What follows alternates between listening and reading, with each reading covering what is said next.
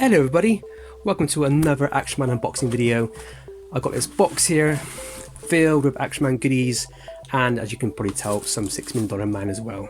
Let's have a look and see what we got. Cool, so this box is packed pretty well. I basically paid not too much for it. I didn't want to overspend. They had some of it at a good price. They actually had it in different parts actually. They were selling it bit by bit, and I said to them, look, I want to buy all of it.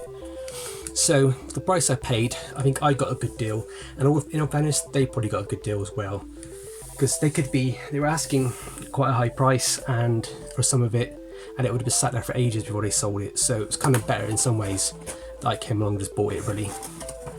Cool. So I have no really idea what's in there. I saw a few things. I thought the price I paid is just about right. Let's have a look and see what we got then. So I'll try and do this as fast as I can.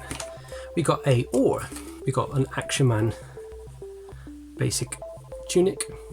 We've got one of these sort of tunics. Now these are, I believe, Action Man or some kind of cheaper line maybe. Feels quite cheap. If it is Action Man, it's one of the Quartermaster stores sort of jackets. Grease gun. Part of a oxygen mask. Goes with the British Tommy. Pair of trousers with 2 pockets on the back. I think amazing so far. This is pretty cool. It is the 1960s version because it has the embroidered Union Jack. Mountain climber, mountaineer. In pretty good condition. It's a little bit faded and grubby, but could probably come back with a bit of a clean. The red binoculars, which goes with the Sabotage set, I believe. Somewhat in demand, these red binoculars. If you ever find them, but you can get a few pennies for them. A machine gun, that's usually the one that's used for tombstone. A pair of trousers, another oar. It has the yellow bits on the end, which makes you think it's probably SAS. The communications set, radio set there, it looks like it's complete. It's nice. SLR with the plastic rubber strap as opposed to the stretchy one. Another grease gun. Flare. It's a Colt, I believe. This is the green berry used for the early basic soldiers from the 1970s. This is the black basic soldier tank commander's hat with the badge. Often the badge is missing. Black woolly hat. Torch. Flashlight. Rubber hat. This goes with the Sabotage outfit. And a basic soldier's helmet, which looks like it's possibly knockoff. Yeah, it looks like it's knockoff. And a little dagger. Now I think right in saying this jacket here might actually be the early 1960s, 70s Sabotage outfit. So along with that and the flare and everything and the red binoculars, you got part of the set there. That's pretty cool. This is a really weird mixed bunch, I think. You've got some early 60s stuff, and then you have the Grenadier Guard bear skin. I don't think it's actually a bear skin, I think it's something else. And then white's a bit of a mix lot. This is the Space Ranger helmet with a glove inside. So that Space Ranger came out in the 80s, I believe. So it's a bit of a different period of time, because usually you get, most of the time when you get Action Man stuff, if it's from like a childhood collection, it's usually from a certain period, because when that kid had that toy. Next up we've got this, which is really cool. This is the Action Man storage locker. They basically, when you sold Action Man uniforms, this period came with this box here, and then the Action Man uniform was on a card here with a bubble. And what would happen is the kid would take it off, and then they could put all their items in this box, which I imagine there's stuff in here already. Yeah, we got lace-up boot. So I'm pretty sure it's going to be a Grenadier Guard uniform in here. Another lace-up boot. And then we have the Action Man Grenadier Guard belt. Pretty tricky to find actually. With the dagger as well. The SLR with the correct rubber strap. It has to be white. Cool, that box is now empty. I do like these little storage lockers actually, they're pretty cool. People collect them, and in theory they're kind of easier to collect these than they are to collect the actual big uniform sets, because one, they're cheaper, and two, they take up less space. And now we have another box. These are all lovely labelled up, these boxes.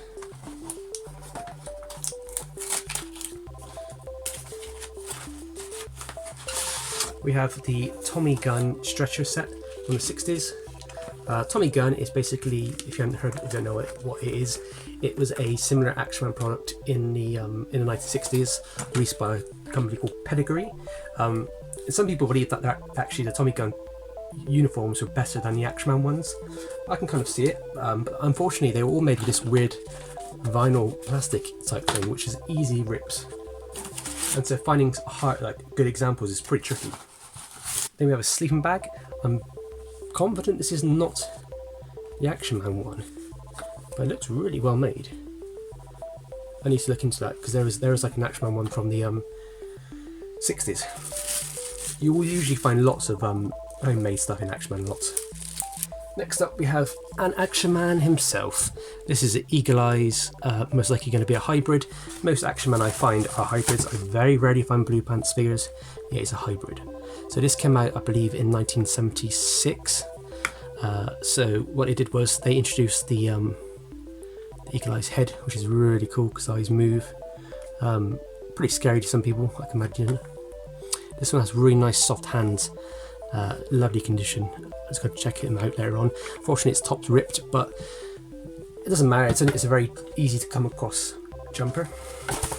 So the whole reason I bought this job lot was because I saw this chap on a Facebook page called Ula's. It's where I get a lot of Action Man stuff, pop up every now and then. There's loads of Action Man Facebook groups as well.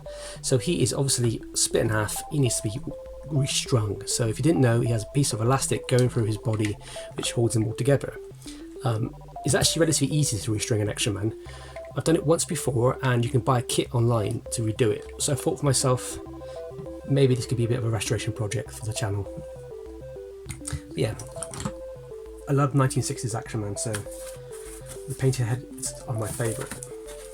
And then we have some paperwork. This one is the Hands That Really Grip. Really popular to get hold of this paperwork. Comes with most boxed figures. Then we have another one. There we go. Hands That Really Grip. There are slightly differences in these paperworks though, so don't just assume they're all the same. But to me, the paperwork is some of the best stuff there is. For example, this here is a massive poster that came with the kind of like 80s Action Man, late 70s, early 80s, and you can tell some amazing stuff on here. The American paratrooper has a netting over his helmet, which did not come with it. That was not released with that.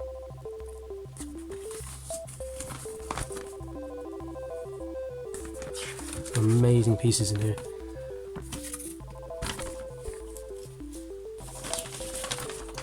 The poster's really cool. It's not a big one. It just says, you know, miniature action. I like this. I like this weird kind of lowercase version of the Action Man logo. It just looks a bit odd having it like that. Different font. Then you got this the Gargon, is it, with the Intruder and the Space Rangers, the Red Devil there, Tank Commander, Deep Sea Diver, and everything. Really, really cool. I love Action Man artwork. And then we have loads and loads of boots. Typical when you buy Action Man lots, you get loads of boots. In all fairness, the tanned ones do go for a bit of a price, a bit of a premium over the normal boots. So when I started collecting, one of the things I found was I had literally had no boots to put on my Action Man for some reason, because you get nice quality ones like this one, and then you can get cheap ones like this, which are just poorly made. These are like knockoffs. They're not made by Palatoy or Action Man or G.I. Joe. They're just very poorly made in comparison to like the better ones. Last but not least, we have a bearded Action Man. I paid a premium for this lot, I think, in some ways. It's if I told you how much I paid for this lot on its own, you might think I'm a bit stupid, and you're probably right. But Action Man prices have gone up for the roof now, and I try my best to always, if I do sell, I sell under eBay prices. A few of you on the channel, viewers of the channel, that have bought stuff off me, I try my best to do deals as much as I can. I mean, some people are asking for a bearded figure about £50 now, which is crazy. And they don't really care about condition. If it's just got a bit of a beard on it, they charge £50, and some people pay it. And I'm not a charity. I need to make sure I get my money back on some of these things, and so I can keep some of these things as well. But at the same time, I think it's a bit criminal to charge too much for something, which means that you're kind of like pricing out people who would have had this Action Man back in the day. It's just not kind of fair, really. This is a product that was mass made. This is not the rare Action Man stuff. This is not a Space Explorer or a judo outfit. This is just a common figure. I mean, the bearded figures are not as common as others, but this is not rare by any chance. Right, so the main bit of the thing was actually the $6 million man. And now I've had this figure before. This is, if I can get it in camera, this is Maskatron. Now, he is one of my favourite toys of all time. I had a very nice $6 million man collection back in the day, and sadly I sold it about 3 years ago. And I was gutted because whilst I didn't mind Steve Austin going away, I was kind of upset that Maskatron went. Now, if you don't know what Maskatron is, he looks a bit like Steve Austin, as you can tell. But when you take his face off, if I can work out how to do it, he's actually an android. He's played by the same guy, this chap here, who was in the Bruce Lee film Enter the Dragon. He was a blonde chap. Most people probably know his name. But yeah, Maskatron, he is a cool android. The best thing about him is when you press his arms, they all kind of fly off, which is good and bad in some ways. I wonder if I can show you what I mean. He gets like that basically, and his arm goes back and forth. When you press the button, it should in theory pop off, but it's not today. This one's a bit jammed, I think. That's good in some ways, because that means I can present him well. So he comes with the arm you just saw. He comes with this weird plunger arm, like a weird Dalek. Comes with another arm, another human arm, if you will. Mask of Oscar Goldman, Steve Austin's boss. He comes with Steve Austin mask, so he can pretend to be the Bionic Man.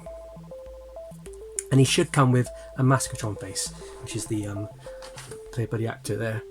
But unfortunately, this is what's missing out of this set, which is really annoying because it's the one thing I really wanted. But they're quite easy to pick up on eBay, and I can do so quite quickly. He also comes with a it also comes with like his shirt and a instructions from Maskatron.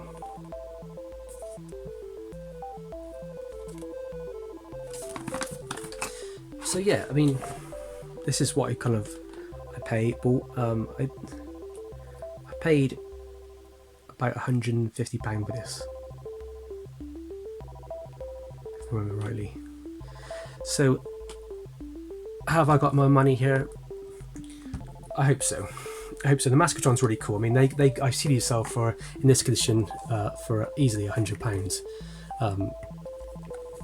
No, I've seen better boxes go for like 125, 130. I just need to get the face. But I think I might keep him for a while. I might just have him in my collection for a while because I like to having him back. But yeah, I mean, I'll sell some of these figures. I think I'll try and do a restoration of this poor chap, and he might stay in my collection. He might join the ranks. This person here, this action figure here, this Action Man, he is really good quality. I mean, his fingers are just, his hands are so supple. If you're a collect Action Man, you know that the hands rot because they're made of rubber and they just don't survive. But saying that though, on the Eagle Eyes figures they do, and on the Eagle Eyes hybrids, I generally find 1 in 3 they actually survive. So yeah, very cool. I'm very happy with all this lot. I'm happy the price I paid. I think I didn't want to rip the person off and undercut them, because I think they kind of knew what they had, and they're rightly so. I mean, I should do well on the Grenadier outfit, I should do well on the figures, and my Mascotron, you know, pretty much pays for itself then. Anyway, thank you very much for watching, I do appreciate it. Please like and subscribe. And yeah, stay safe and happy toy hunting.